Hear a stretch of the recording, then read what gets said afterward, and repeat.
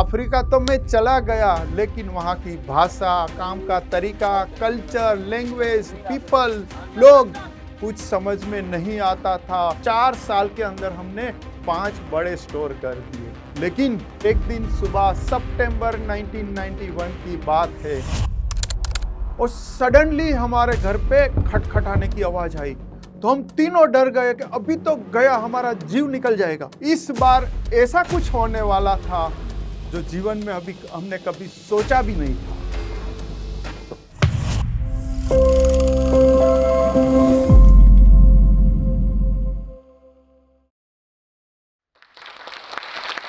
एक 15 साल का लड़का, 10वीं कक्षा फेल, वो सोचता था कि मैं क्या करूं कि मैं बड़ा आदमी बनूं, कैसे बड़ा आदमी बनूं, कैसे मैं रतन टाटा बनूं, क्योंकि वो टाइम पे रतन टाटा एक बहुत पावरफुल इंसान थे, आज भी थे। तो उसकी सोच ऐसी थी कि मैं कैसे मेरे घर के चैलेंजेस को खत्म करूं, कैसे मेरे फादर को, मेरे पेरेंट्स को मैं मदद करूं, कैसे बहनों की शादियां कराऊं, कैसे अपना खुद का घर बनाऊं, ऐसी बड़ी सोच रखता था। क्या वो लड़का रतन टाटा जैसा बना?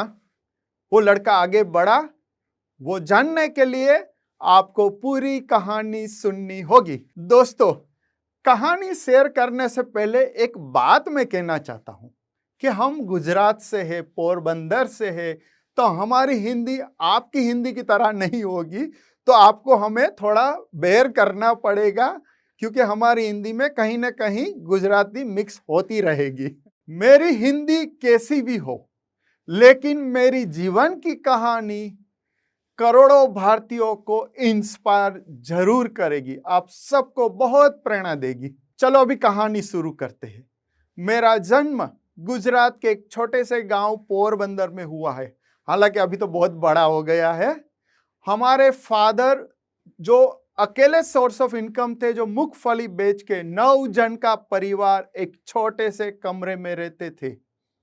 न पढ़ाई थी, न व्यवसायिक अनुभव था, न पैसे थे, न हमारे पास कोई कॉन्टेक्ट या कनेक्शन थे। लेकिन हमारे फादर बहुत हार्ड वर्किंग थे। उसने बोला और उसने करके दिखाया कि जितनी मेहनत करके मैं कोशिश करता हूं आगे बढ़ने की, मुझे चाहिए मेरे बच्चे ऐसे मेहनत न करे और जीवन में आगे बढ़े। इसके लिए हमारे पास एथिकल प्रिंसिपल्स, एथिकल वैल्यूज उसने हमें दिया था। दोस्तों, जैसे मैंने बताया, हम 7 भाई बहन थे, मैं घर में सबसे छोटा था। लेकिन हमारे एक भाई किसी के सहयोग से अफ्रीका पहुंच गए थे और वहां जाके उसने एक छोटा सा स्टोर शुरू किया और मुझे बोले कि तू आजा, मैं तुझे $200 दूंगा, मुझे एक आदमी की जरूरत है वो स्टोर में। मैं बोला मैं $250 तो इधर कमा रहा हूं, 25 रुपये के लिए मैं क्या अफ्रीका आऊंगा मम्मी को डैडी को छोड़ के। तो बोला भाई $200 मीन्स 3,500 रुपीज। तो बोला वाओ, 20 टाइम्स। और 17 साल की उम्र में 1986 में मैं अफ्रीका चला गया। अभी अफ्रीका तो मैं चला गया, लेकिन वहां की भाषा, काम का तरीका, कल्चर, लैंग्वेज, पीपल, लोग कुछ समझ में नहीं आता था। और मैं दुकान पे, स्टोर पे बैठता था, मेरे भाई मुझे देखता था कि ये तो लाख का 12 करेगा, उसको तो कुछ आता ही नहीं है। लेकिन दिमाग में एक कमिटमेंट था कि ज्यादा मेहनत करूंगा, ज्यादा पैसा कमा के ज्यादा लोगों की सेवा करूंगा। और गेस व्हाट, लैंग्वेज मैंने सीखना शुरू कर दिया, काम का तरीका, हार्ड वर्क शुरू कर दिया और थोड़े टाइम के अंदर हम आगे बढ़ने लगा। एक स्टोर से हमने दूसरा स्टोर किया, तीसरा स्टोर किया, चौथा और पांचवा। 4 साल के अंदर हमने 5 बड़े स्टोर कर दिए। लेकिन आपको तो पता है ना, जिंदगी हमेशा करवटें लेती है, जीवन की यात्रा कभी आसान नहीं होती है। और एक दिन सुबह सितंबर 1991 की बात है। सुबह उठे, सब कुछ सही था, एज यूजुअल लाइफ थी, नॉर्मल मॉर्निंग था, पीसफुल था, सब कुछ सही था। हमारे सारे स्टोर हमने खोल दिए। बड़े भाई के साथ बैठ के मैं बातें कर रहा था, अकाउंट्स चेक कर रहे थे, डिस्कस कर रहे थे आगे का प्लानिंग। और सडनली बाहर हमने आवाज सुनी, ठाक ठाक ठाक। एक गन शॉट, इसके बाद दूसरा गन शॉट, इसके बाद तीसरा गन शॉट, और थोड़ी देर में तो गन शॉट की बारिश शुरू हो गई, भागम दौड़ शुरू हो गया।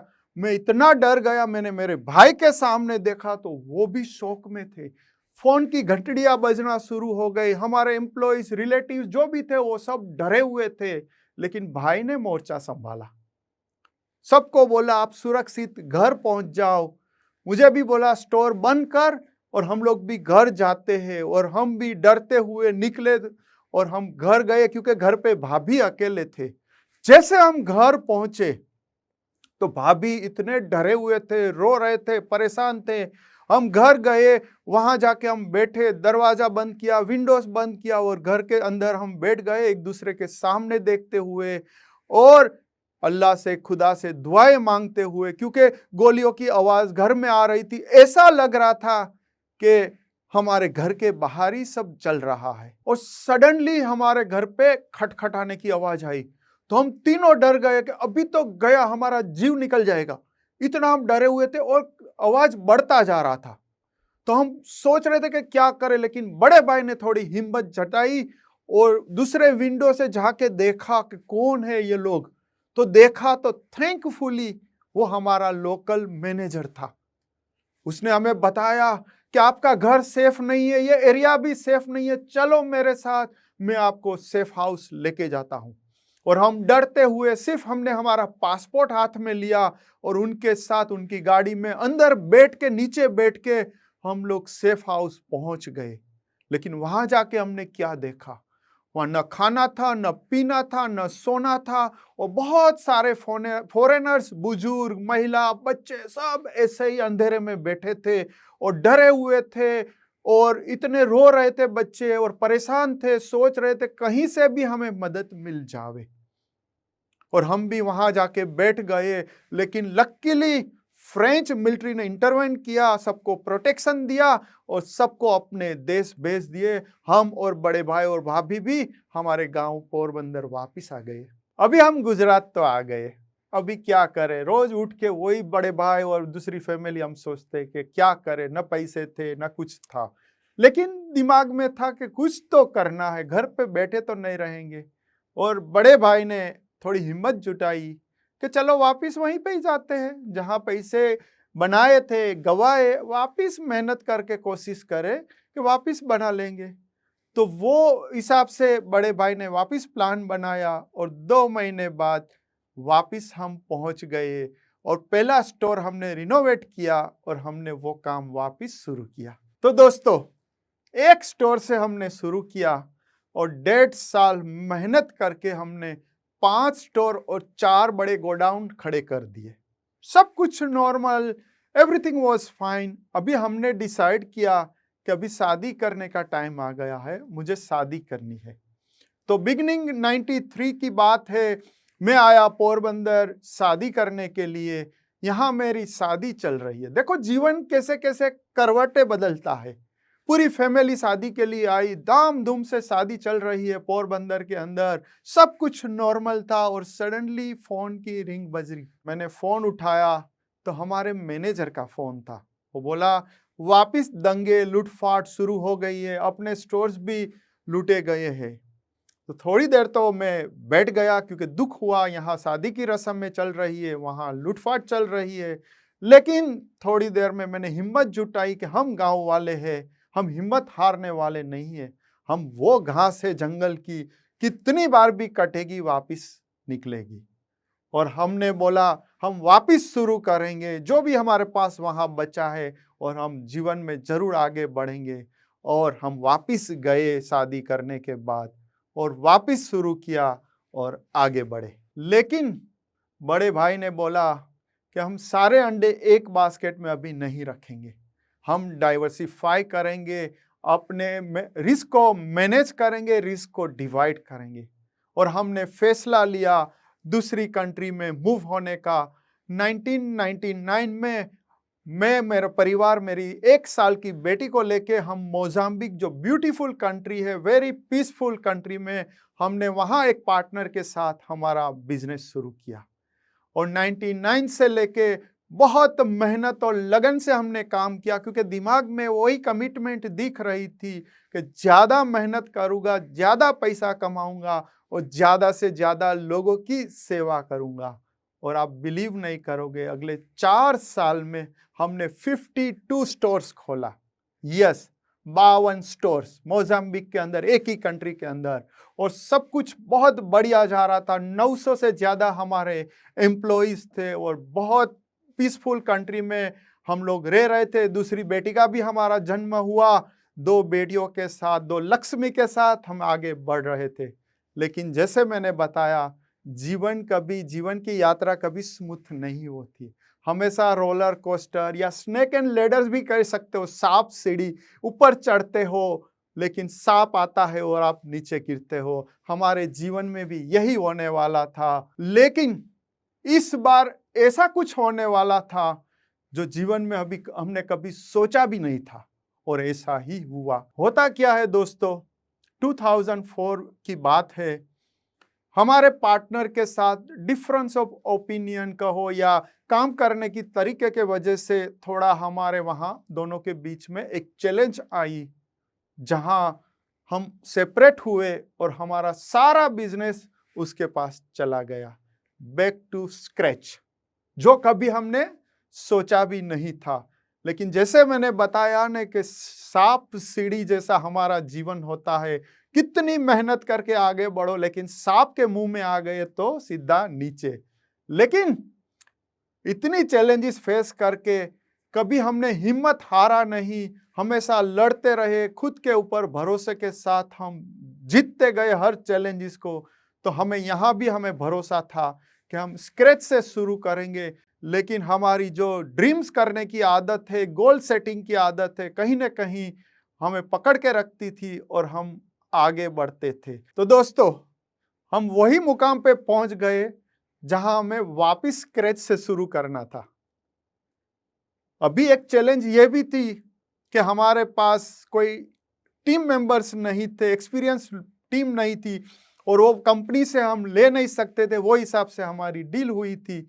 तो हमारे लिए और ज्यादा चैलेंज हो गया, क्योंकि नए लोग को लाना, नई लैंग्वेज, नया कल्चर, नई भाषा, जो हमें प्रॉब्लम हुआ था शुरुआत में, ऐसे दूसरे लोगों की हमारे एम्प्लॉयज को भी हो सकते। लेकिन जैसे मैंने बताया कि हम हिम्मत हारने वाले नहीं थे। हमने लड़ा, आगे बढ़ा, मेहनत किया, और वही कंट्री में आज 200 से ज्यादा स्टोर्स हम चला रहे हैं। तो दोस्तों, हम धीरे धीरे आगे बढ़ते गए। जैसे मैंने बताया, मोजाम्बिक के अंदर हम कहां पहुंचे, लेकिन हम वहां रुके नहीं। हम एक्सप्लोर करते गए, आगे बढ़ते गए, एक कंट्री के बाद दूसरी कंट्री में, अफ्रीका में स्टोर्स खोलते गए, और आज आपके सामने बता सकता हूं कि 10 देशों के अंदर हमारा डाइवर्सिफाई हुआ बिजनेस।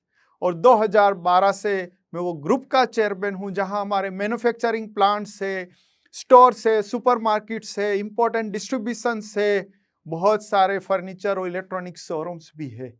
तो आप सोच सकते हो, 15 साल का लड़का कहां से शुरू किया था, 175 रुपये, लेकिन सोच बड़ी थी। सबसे ज्यादा इंपॉर्टेंट क्या है, आपकी सोच क्या है। जो हिसाब से आप सोच रखोगे, वो हिसाब से आपको चैलेंजेस भी आएगी, लेकिन आप आगे भी जरूर बढ़ेंगे। लेकिन हमने कभी हमारी कमिटमेंट को नहीं छोड़ा, जो हमने 1985 में लिया था, वो बुजुर्ग की आंख के आंसू को देखते हुए कि हम ज्यादा मेहनत करेंगे, ज्यादा पैसा कमाएंगे और ज्यादा से ज्यादा लोगों की सेवा करेंगे।